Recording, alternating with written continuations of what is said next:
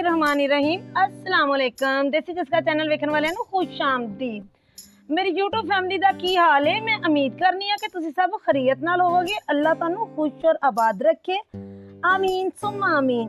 ਅੱਜ मैं ਤੁਹਾਡੇ ਵਾਸਤੇ ਲੈ ਕੇ ਆਈ ਹਾਂ चिकन पिज़्ज़ा, ਜਿਹੜਾ ਕਿ ਬੜਾ ਹੀ ਮਜ਼ੇਦਾਰ ਔਰ ਬੜਾ ਜ਼ਬਰਦਸਤ ਬਣਦਾ ਹੈ। ਇਹਦੇ ਵਾਸਤੇ ਆਪਾਂ ਨੂੰ ਕਿਸ ਚੀਜ਼ ਦੀ ਜ਼ਰੂਰਤ ਹੈ, ਚਲੋ ਆਪਾਂ ਚੱਲਨੇ ਰੈਸਪੀ ਦੀ तरफ।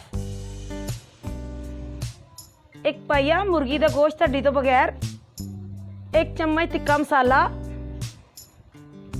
एक शिमला मिर्च, एक प्याज, एक टमाटर बरीक बरीक लंबे लंबे कट्टे हुए,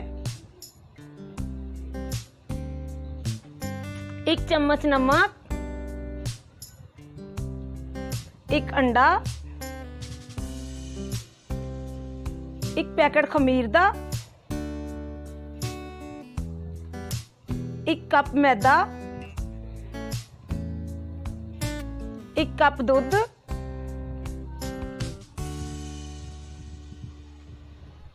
एक पैकेट चिली सॉस। चलो हम आप सब तो पहले खमीर नू भिगो लेने हैं। एक चम्मच चीनी पाइए।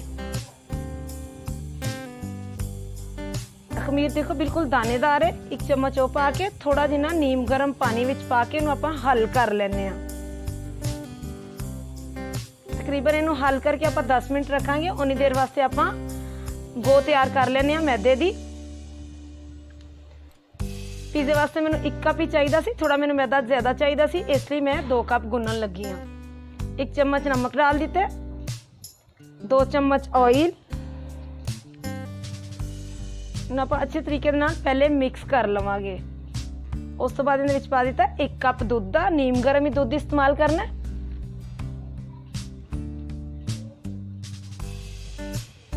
अच्छे तरीके दे नाल गुन लेना ताकि कोई गुटली ना रहे। बिल्कुल इस तरीके दे नाल गुनना जिवें कि आपां घर वाला आटा गुन्नी दा है। खमीर देखो माशाल्लाह कितना अच्छा जबरदस्त अपना खमीर फुल चुकी है। उदों विच पा दिते। अगर पानी की तुहानूं जरूरत पवे तो थोड़ा जिन्ना इस्तेमाल करना है, वरना इन्हां दोनों चीज़ां नाल इन्ना आटा जिहड़ा कि अपना मैदा सी वो गुज जाता है। वेख सकते हो दूध और खमीर जिंदे च आपां भिगोया सी उहदे नाल ही अपना मैदा जबरदस्त गुज चुकी है। इहदे उपर थोड़ा जिन्ना ऑयल लगा देंगी। एक टिफन दे विच डाल के बंद करांगी ताकि इनू हवा वगैरह ना पवे। और ढक्कन उपरों बंद करके 10 तो 15 मिनट वास्ते रख दिता है। उन्नी देर आपां इधरों बोटियां नू अच्छे तरीके नाल गाल लेने आ। 4 चम्मच मैं ऑयल डाल दिता है। देख लो फौरन ही गर्म होंदे ना गोश्त का कलर चेंज होना शुरू हो गया। अगर तुहानूं मेरी वीडियो अच्छी लगी तो वीडियो नूं लाइक करना, चैनल नूं सबसक्राइब करना, बैल दे निशान नूं दबा के आल ते जरूर सैट करना। मैं 5 मिनट वास्ते रखिया सी। बेहतरीन अपने पानी दे विच ही अपना गोश्त गल चुकिया है।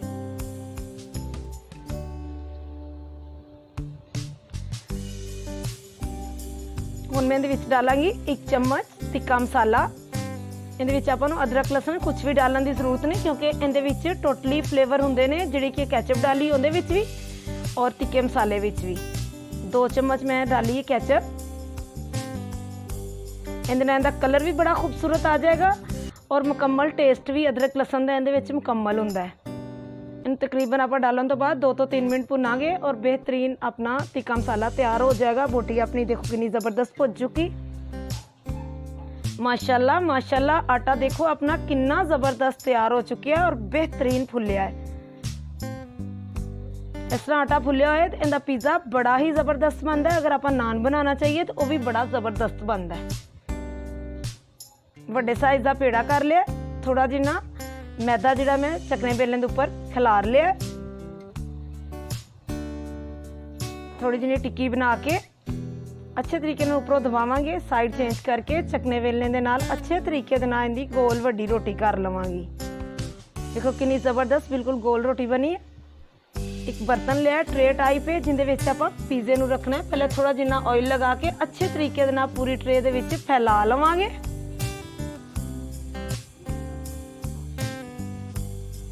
इस तरह ही रोटी नूं उठा के इस ट्रे दे विच रख देंगे।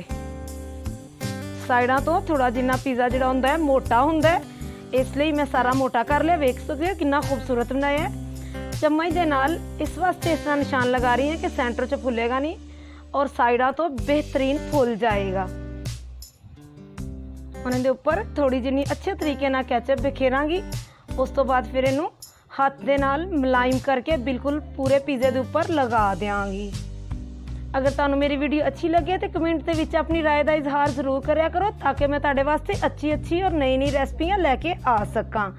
ਵੇਖ ਸਕਦੇ ਹੋ ਪੂਰੇ ਪੀਜ਼ੇ ਦੇ ਉੱਤੇ ਕਿੰਨਾ ਬਿਹਤਰੀਨ ਤਰੀਕੇ ਨਾਲ ਕੈਚਅਪ ਲਗਾ ਦਿੱਤਾ।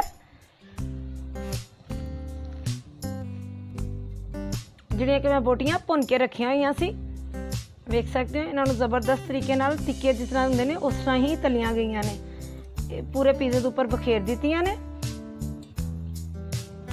ਟਮਾਟਰ ਲਗਾ ਰਹੀ ਹਾਂ ਮੈਂ ਉੱਪਰ। ਜਿਸ ਤਰ੍ਹਾਂ ਕਿ ਆਪਾਂ ਉਹਨਾਂ ਦੇ ਪੀਸ ਕੱਟਨੇ ਨੇ ਇਸ ਤਰੀਕੇ ਦੇ ਨਾਲ ਹੀ ਤੁਸੀਂ ਫੁੱਲ ਬਣਾ ਕੇ ਉੱਪਰ ਲਗਾਣੇ ਨੇ। ਪਿਆਜ਼ ਲਗਾ ਰਹੀ ਹਾਂ, ਸ਼ਿਮਲਾ ਮਿਰਚ। ਇੱਕ ਪੀਜ਼ੇ ਵਾਸਤੇ ਇੱਕ ਪੀਸ ਬਹੁਤ ਹੁੰਦਾ ਹੈ। ਮਾਸ਼ਾਅੱਲਾ ਕਿੰਨਾ ਜ਼ਬਰਦਸਤ ਆਪਣਾ ਪੀਜ਼ਾ ਤਿਆਰ ਹੋ ਚੁੱਕਿਆ। ਉੱਪਰ ਮੈਂ ਹੁਣ ਕਿੰਨੀ ਜ਼ਬਰਦਸਤ ਲੱਗ ਰਹੀ ਹੈ ਚੀਜ਼ ਲਗਾ ਦਿੱਤੀ ਹੈ। ਇਹਨੂੰ ਮੂਲੀ ਕਟਰ ਕਰ ਲਵੋ ਜਾਂ ਦੂਸਰਾ ਕਟਰ ਹੋਏ ਉਹਦੇ ਨਾਲ ਕਰ ਲਵੋ। ਇਹ ਮੈਂ ਦੇਚਕੇ ਦੇ ਵਿੱਚ ਥੋੜਾ ਜਿਹਾ ਨਮਕ ਡਾਲ ਕੇ ਕੋਲਾ ਮੂਦਾ ਮਾਰਿਆ ਔਰ ਜਿਹੜੀ ਕਿ ਮੈਂ ਟਰੇ 'ਚ ਪੀਜ਼ਾ ਸਜਾਇਆ ਉਹਨੂੰ ਉੱਪਰ ਰੱਖ ਦਿੱਤਾ ਹੈ। ਉੱਪਰ ਪਲੇਟ ਦੇ ਦਿੱਤੀ ਹੈ 20 ਮਿੰਟ ਵਾਸਤੇ।